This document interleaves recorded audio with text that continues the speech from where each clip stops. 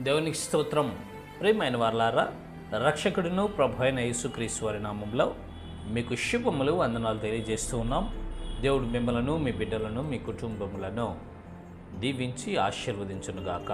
Amen. God bless you. దేవునికి స్తోత్రం. హల్లెలూయా. ప్రియమైన దేవుని పిల్లలారా, ఆపత్కాల సమయంలో, కష్ట సమయంలో, అవసరము ఉన్నప్పుడు, ఇబ్బందులు ఏర్పడినప్పుడు మనం ఆశ్రయించాల్సింది మనుషులను కాదండి, దేవునిని ఆశ్రయించాలి. మనమేం చేస్తూ ఉంటామంటే అవసరం వచ్చినప్పుడు మనుషులను ఆశ్రయిస్తూ ఉంటాం. కష్ట సమయంలో మనుషులను కోరుకుంటూ ఉంటాం, మనుషుల సహాయాన్ని అందిస్తాం ప్రియులారా. అయితే మనకు ఆశ్రయము, మనకు దుర్గము, ఆపత్కాలంలో నమ్ముకొనదగినటువంటి సహాయకుడు, మనకు సహాయం చేసి మనల్ని బలపరిచి మన అవసరాలు తీర్చి ముందుకు నడిపించేది దేవాది దేవుడే, రక్షకుడైన యేసు ప్రభువారే, తండ్రి అయిన దేవుడేనని పరిశుద్ధ లేఖనాల్లో దేవుడు రాయించాడు. చూద్దాము లేఖన భాగము. కీర్తనల పుస్తకము 46వ కీర్తన మొదటి చరణం మనం చూసినట్లయితే అక్కడ భక్తుని ద్వారా దేవుడు ఈ రీతిగా రాయిస్తూ ఉన్నారు.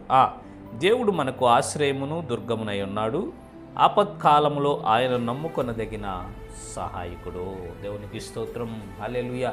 దేవుడు మనకు ఆశ్రయము దుర్గమునై ఉన్నాడండి. ఆపత్కాలంలో ఆయన నమ్ముకొనదగిన సహాయకుడు.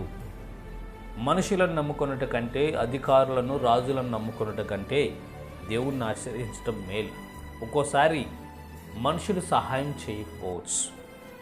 చేద్దాం అనుకున్నాను కానీ అందలేదండి, ట్రై చేశాను కానీ కుదరలేదండి, పలాంటిది ఉండటం వల్ల, ఇది ఏర్పడటం వల్ల నేను చేయలేకపోయినానని సాకులు చెప్పవచ్చు, సమర్థించుకోవచ్చు. అయితే దేవునిని మనం ఆశ్రయిస్తే, ఆపత్కాలంలో ఆయనను నమ్ముకొనగలిగితే, ఆయనను మనం ఆశ్రయంగాను దుర్గముగాను చేసుకుంటే ఆశ్చర్యకరమైనటువంటి సహాయమును దేవుడు మనకు అందిస్తాడండి.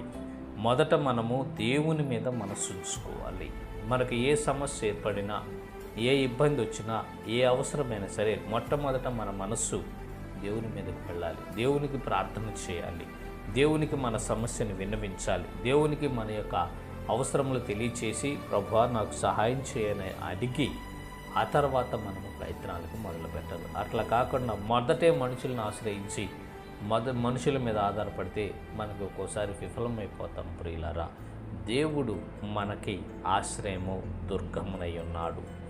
ఏ వ్యక్తి అయితే మొట్టమొదట దేవునిని పెట్టుకుంటాడో, హృదయంలో మొదటి స్థానము దేవునికి ఇస్తాడో, దేవుడు నాకు ఆశ్రయము దుర్గంగా ఉన్నాడు, నాకు ఆపత్కాలంలో ఆయన సహాయం చేసి నమ్మదగిన సహాయకుడని ఎవరైతే హృదయంలో బలంగా విశ్వసిస్తారో ఖచ్చితంగా వారి జీవితంలో ఆశ్చర్య కార్యాలు చేస్తాడు, వారి జీవితంలో అద్భుతాలు చేస్తాడు, వారి కుటుంబంలో మేలులతో తృప్తిపరుస్తాడండి దేవుడు. ఓ ప్రియమైన సహోదరి, సహోదరుడా, దేవుని నీవు ఆశ్రయంగా దుర్గంగా చేసుకుంటున్నావా?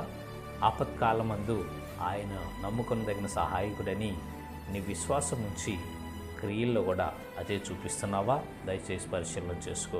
నోటితో చెప్పడం కాదండి, హృదయంలో విశ్వసించాలి.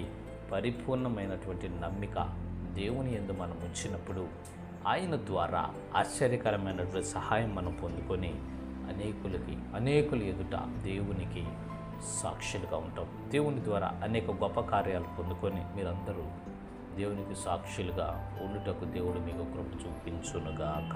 ఆమేన్. God bless you. దేవునికి స్తోత్రం. హల్లెలూయా. క్రైస్తవ